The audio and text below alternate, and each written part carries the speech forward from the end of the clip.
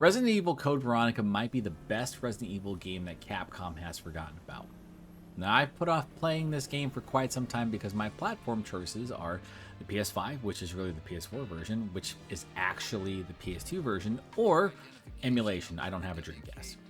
I probably should have chosen emulation for this video because it would have featured a cleaner presentation, but I chose the PS4 version because I'm lazy. It had been years since I actually played Code Veronica, so my memory was awful, but here's what I did learn during my roughly 8-hour playthrough. This game held up really well. This was originally released on the Dreamcast, of all platforms that Capcom could choose, in 2000. Resident Evil Code Veronica was the first title in the series to use real-time 3D environments and dynamic camera movement. It was also the first time the series kind of shifted toward this more cinematic, over-the-top experience. You can see that in almost any Wesker cutscene, because when he's not chewing the fat, he is cosplaying Neo from the Matrix and absolutely beating Chris Redfield's ass. This push toward a more cinematic experience can be seen in the subsequent games that followed. See almost all of Resident Evil 6, which I will eventually get to on this channel. I just need to find someone to suffer with me first. With that being said, I am Ken from Pixelated Thoughts, and let's talk about the Code Veronica experience. The game opens up with a really cool cinematic of Claire raiding an Umbrella facility in Paris while searching for Chris. She's eventually overwhelmed and captured by security forces, and then finds herself on Rockford Island, which is situated somewhere in the Southern Ocean. Once Claire wakes up, she meets Rodrigo, a member of Umbrella security forces who is grievously wounded, and he then just lets her out of her cell, and she is forced to find a way to escape the island. I won't lie. Reacclimating to tank controls was pretty rough. I'm very sloppy with my movements until I get control of Chris, and I have no clue how I didn't die throughout this entire section on Rockford with Claire. But the opening hour is where you're introduced to the familiar mechanics of the series alongside the new camera angles and, of course, Steve Burnside.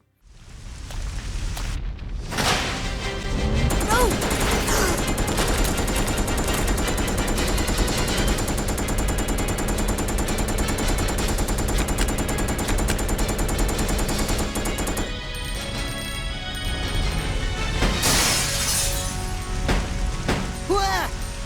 Wait, don't shoot!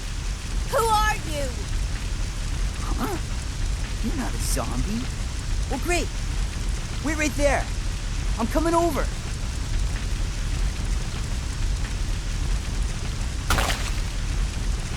Sorry about that little misunderstanding, but I thought you were another one of those Shut up. Make one wrong move and I'll shoot. Relax, beautiful. I said I was sorry. My name's Steve. I was a prisoner on this island. And I'm guessing you're not from Umbrella either. No, I'm Claire. Claire Redfield. Claire? Nice. I'll remember that. Hey, I heard there's an airport around here. And once I find it, I can finally escape from this crazy island. I'll see ya. Hey, wait up!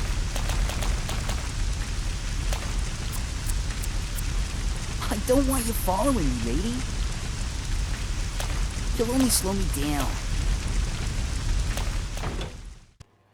Now, my memory of Steve was never positive, but I do think replaying this game actually softened my stance toward him, but my stance on him being weird has not changed.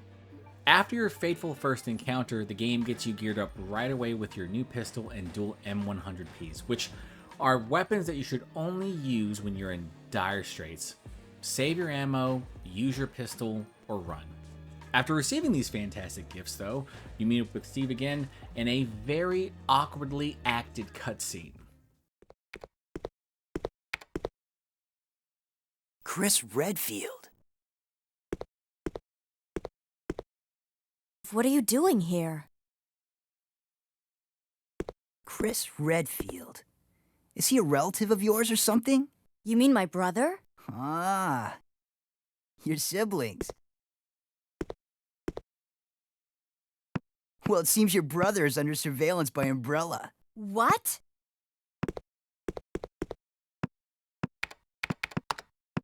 I've got to contact Leon and tell him to let my brother know he's being monitored. It's a good thing I have access to an outside connection from here. Well, that file shows the latitude and longitude of this place. Why don't you send your brother the coordinates and ask him to come help? Thanks. I'll do that. Hey, I was just kidding. There's no way he could get here, even if he is your brother. Yes, he can. I'm sure of it. No way. He won't come. You'll just end up disappointed if you rely on others. Believe me, I know. What was that all about? See? Even Claire thinks so. Anyway, the next objective is to acquire the fire extinguisher. They're going to take that, put out the fire near the chopper at the start of the game, grab that briefcase that is somehow heat-proof because it's just been sitting in the fire for a long period of time, and then use the material to 3D print an emblem that will grant you access to the palace. Now, I really liked this entire sequence because the moment you 3D print that emblem, you are met with a ton of resistance. And one of the things I love about Code Veronica is that the game forces you to make quick decisions by putting you in danger often. Once you're able to unlock the palace and save Steve because he somehow gets himself caught up in a safe room, just doing Steve things, you're introduced to Alfred Ashford, who I believe is just a really awkward guy and a horrendous shot. After missing you a couple times and monologuing, he then just disappears and Claire goes about her business. The palace is probably one of the least interesting areas in the game for me and serves more as a hub than anything else. But after you gather a steering wheel and a navy proof, which you'll need, you then head to an underwater area via submarine. Now, why you can't use that sub to escape? I don't know. Also, who thought of using a sub in a very condensed area? That person probably needs to be fired. We can't just get a walkthrough? This really feels like an unnecessary expense. The underwater facility can be seen as a gap area as well at the beginning because you're only meant to drop off the proof and pick up the biohazard card. You can explore a bit more, kill a couple zombies, but there isn't much to do here, so you just head back to the palace into the military training facility, which is right next door. This is where you encounter the Gulp Worm.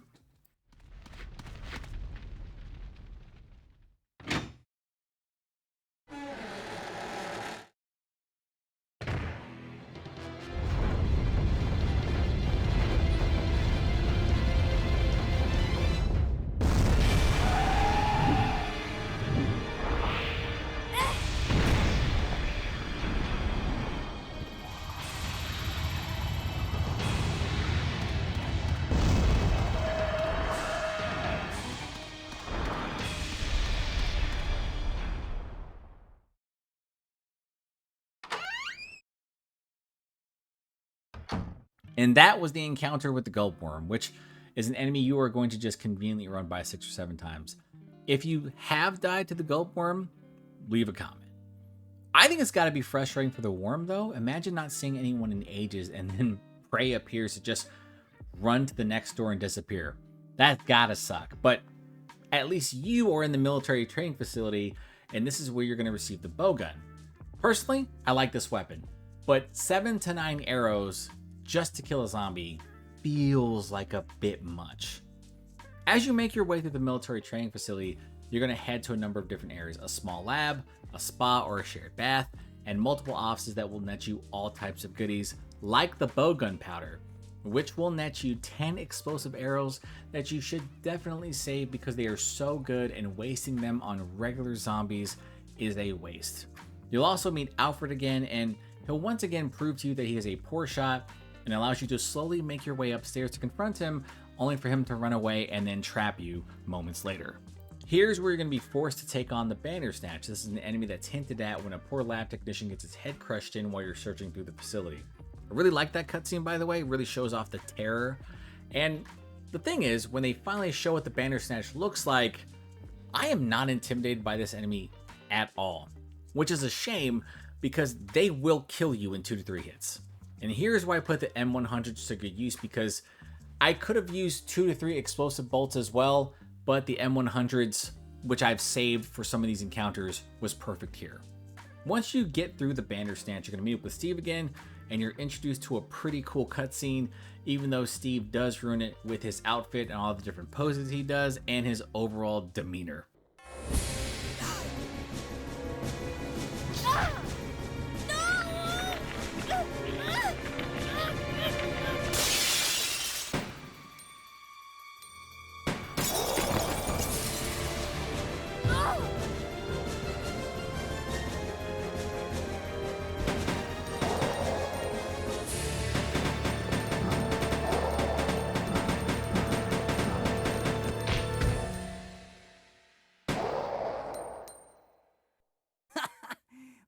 Yeah, that felt good. He's just such a dork.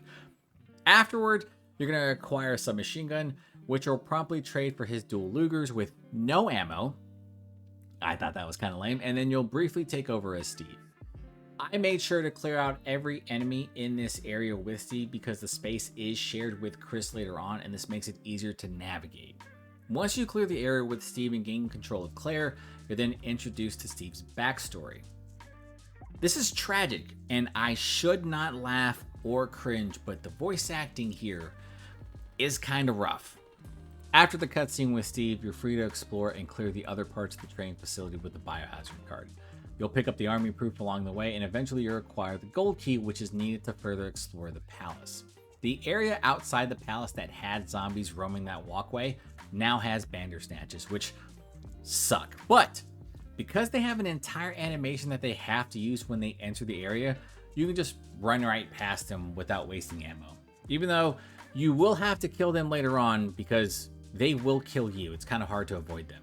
But moving on. The palace has a picture puzzle that can be easily solved by reading, and you are rewarded with a nice vase that has a queen ant object inside, and you're going to need that because the next destination is the private residence. The empty gold Lugers are used to open up a door in the safe room that leads to a private office. You'll enter in a computer code, and then you're going to be attacked by a bandersnatch. You can see it coming because Resident Evil always does these weird camera angles. But honestly, that bandersnatch is harmless. I just kind of left him there for the rest of the game. Poor guy. The walk up to the private residence is pretty cool, even though the bandersnatches that occupy the grounds just want to prevent you from having a good time, so boo them.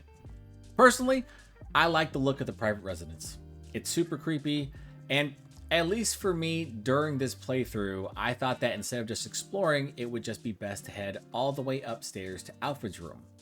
Now, like all Resident Evils, there's a lot of backtracking, and in Code Veronica, you'll notice that some areas at first just don't have a lot going on.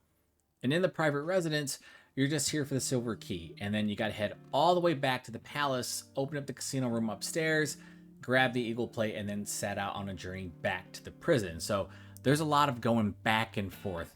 Things do open up, and I think that's really cool, but the backtracking can feel a bit much. But anyway, it's time to save Rodrigo. I think this might be a record for the longest a minor character has held out in a Resident Evil game. Like, seriously. Maybe the guy in the truck survived longer in Resident Evil 3, but I don't know. But props to Rodrigo anyway. And once you save him, he gives you the lockpick in exchange for the lighter. Now, this does make things significantly darker, but that's fine, because the lockpick opens up the Duralumin cases that you'll find, which house all types of goodies to include the handgun parts, which will create the M93R Burst, which is a really good weapon due to its firing speed, but holy crap, does it burn through ammo. While exploring more of the prison because you finally opened up the door near the guillotine area, you get to uncover a random torture area, and you can find a special zombie doctor who happens to be carrying a glass eye. I don't know why he's carrying it, but I guess that's how things roll on Rockford. You're going to use that glass eye to move further underground until you have to embed a sword into a zombie. You also have to kill that zombie, which is kind of funny when you're seeing it live. Once you've received the piano scroll from the zombie, it's time to head back to the casino, watch Wesker make a dope introduction, and then acquire the other ant object. You head back to the private residence, and for some reason, it's now infested with zombies and more bandersnatches. Yay. At least there aren't any bats, so I guess there's a silver lining there. After you've fought your way up toward Alfred's room, you're then introduced to Alexia. Or are you? You'll need to acquire the music plate and swap rooms to gain access to the attic, which is really just a creepy play area and houses the Air Force proof, which is the final object required for the underwater facility. Now, before you depart, you're going to get a cutscene with Alexia, and then you're going to find out that it's actually Alfred in a wig. Cube, shocked Pikachu face somewhere over here. Now, because you've embarrassed him, he says not today and starts the self-destruct sequence for Rockford Island, which you can just kind of make your way calmly to the underwater facility and then set yourself up for departure.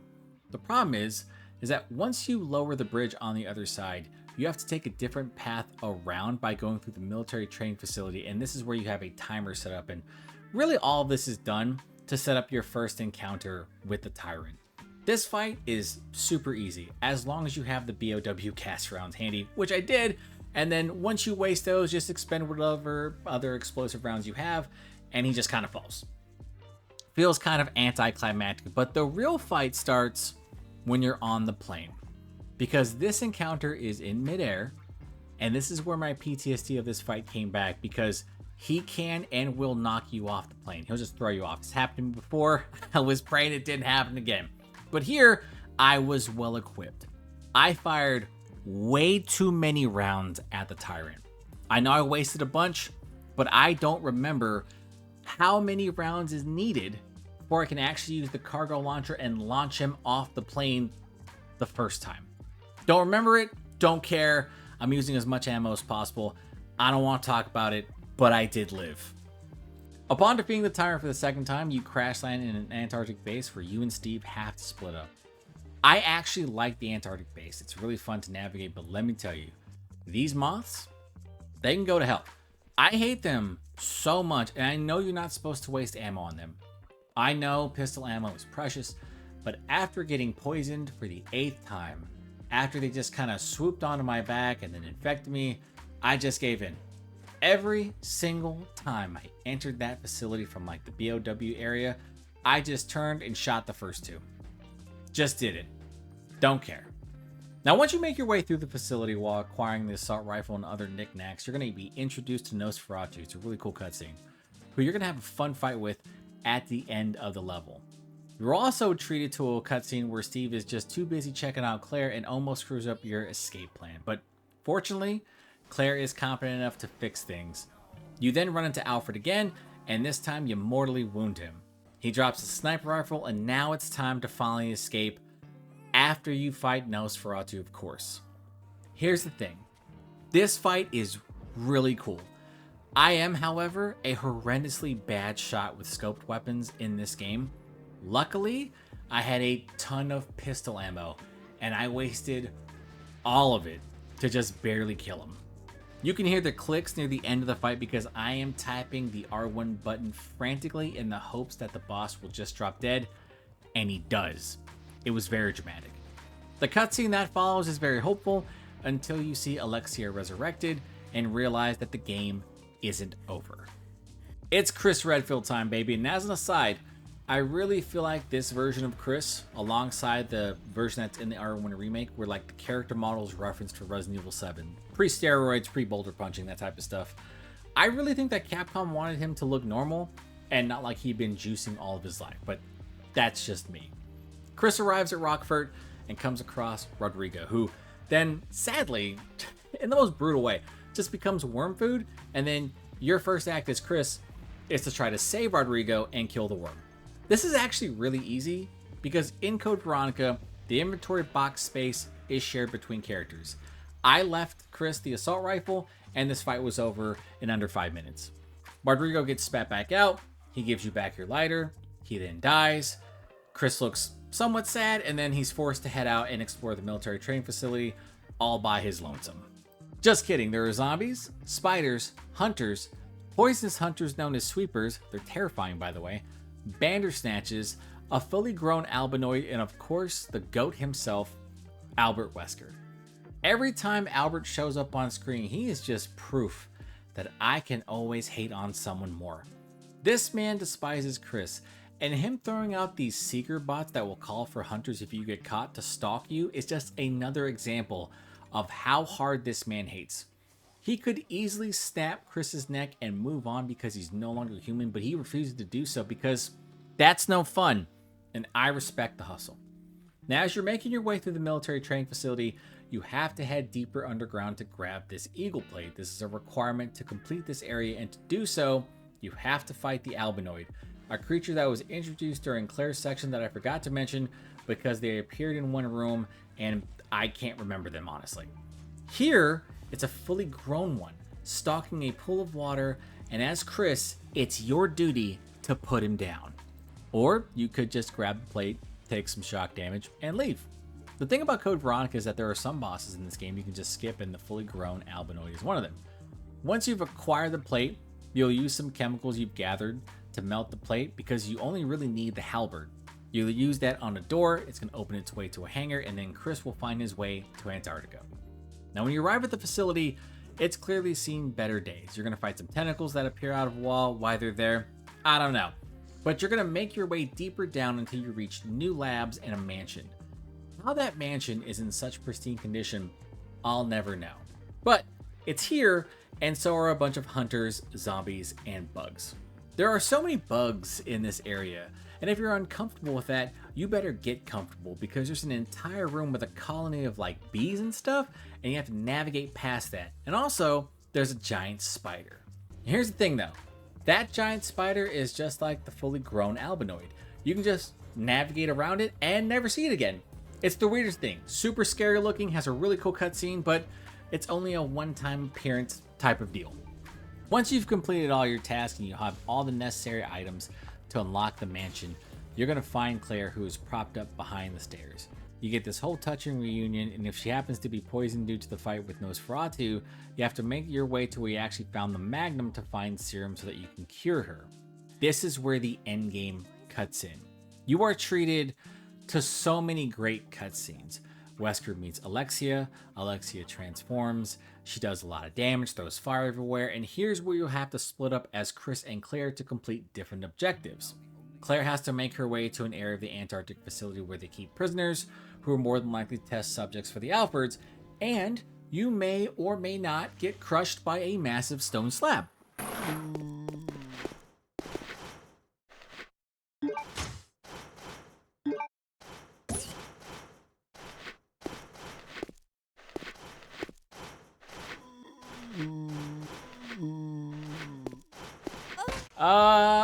I didn't know it could do that.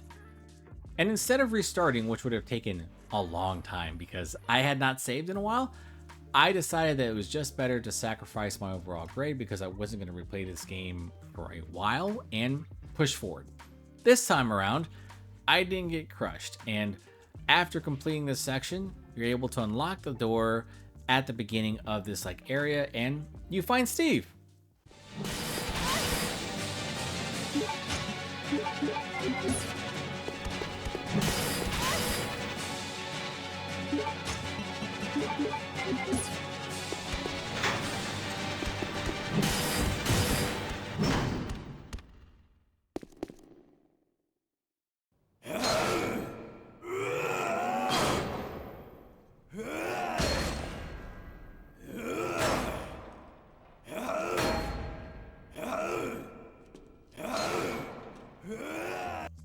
So, Steve meets an absolutely tragic fate, and I really feel like this scene would hit so much harder if he didn't just outright announce his love for Claire, a person I assume he had known for a few days, and someone who clearly did not share that love back. And I get it, it's meant to tug at your heartstrings. I think the cutscene is executed well, but it's just awkward given how weird Steve was at times. After his demise, it then switches over to Chris, and you are treated to a really cool cutscene.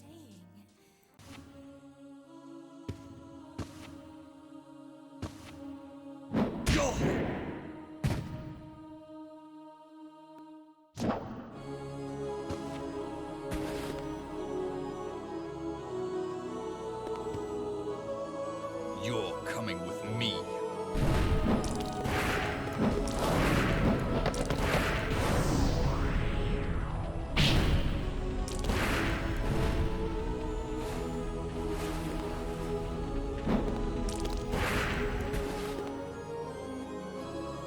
Chris!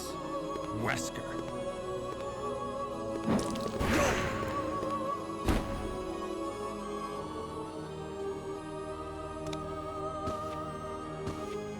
Chris, since you're one of my best men, I'll let you handle this.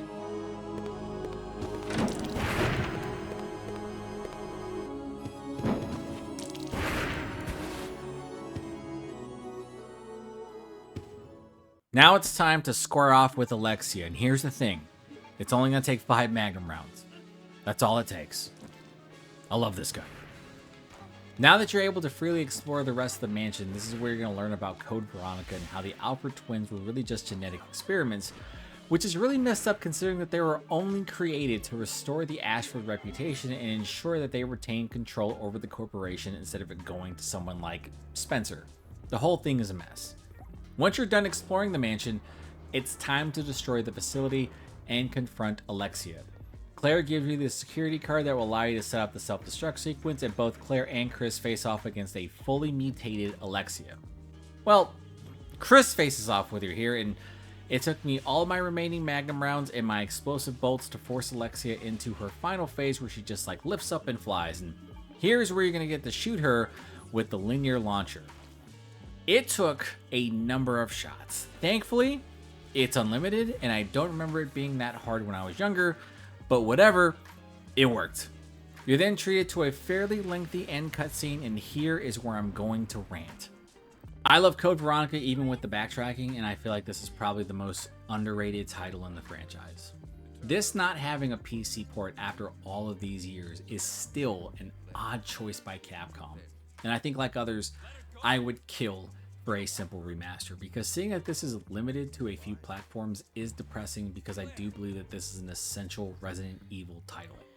Code Veronica is probably the most deserving of a remake, and I would love to see a modern retelling of this story. There are easily a number of updates that can be made, and it would be really cool to see some of these boss fights get completely redone, but I would also like to see them keep some of those optional boss fights optional. Code Veronica overall just has a lot going for it. I love the Chris and Claire dynamic, because outside of the films, they don't interact again with one another, and I do think with the right script changes, you can make Steve a far more endearing character. You can make his growing affection for Claire a little bit more believable, which will then make his inevitable death hit harder. The one thing I do want a hard change for is the final fight with Alexia. I don't like the fact that it's Chris that ends up saving the day. You play most of this game as Claire, and she honestly deserves that final kill more because she has more meaningful interactions with the Alfords. Now, I don't mind Chris saving her, but I feel like Claire should kill Alexia, and then we can then turn to Chris fighting off Wesker and make that entire cutscene playable, but treat it in a way that Chris cannot win unless he gets clever like he does in the cutscene. Capcom has done a ton to course correct the Resident Evil franchise since 6, and I intend to make videos about every game to include Resident Evil Outbreak, but for some reason, the one game in the main franchise that really serves as a branch to other titles in Code Veronica is just kind of pushed to the side. I think that should change, hopefully after Resident Evil Requiem. I assume that's going to be 5 and then Code Veronica, I'm hoping, because Code Veronica definitely deserves its time in the sun and really deserves its flowers. But let me know what you think, because that's going to do it for this video. If you happen to like the content, please consider like, sharing, and subscribing. I am Ken from Pixelated Thoughts, and I will talk to you next time. Sure, I'm not human anymore. But just look at the power I've gained.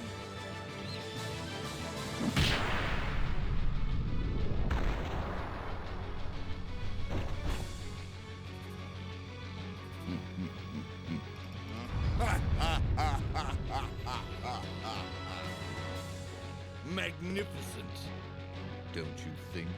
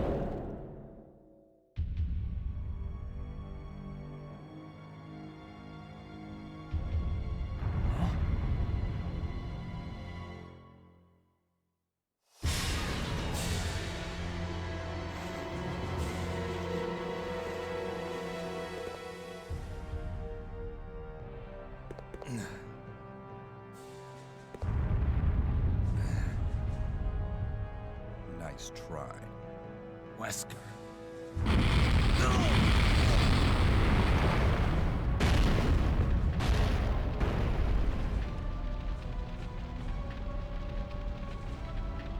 Today's your lucky day. Next time we meet, don't count on another. Next time.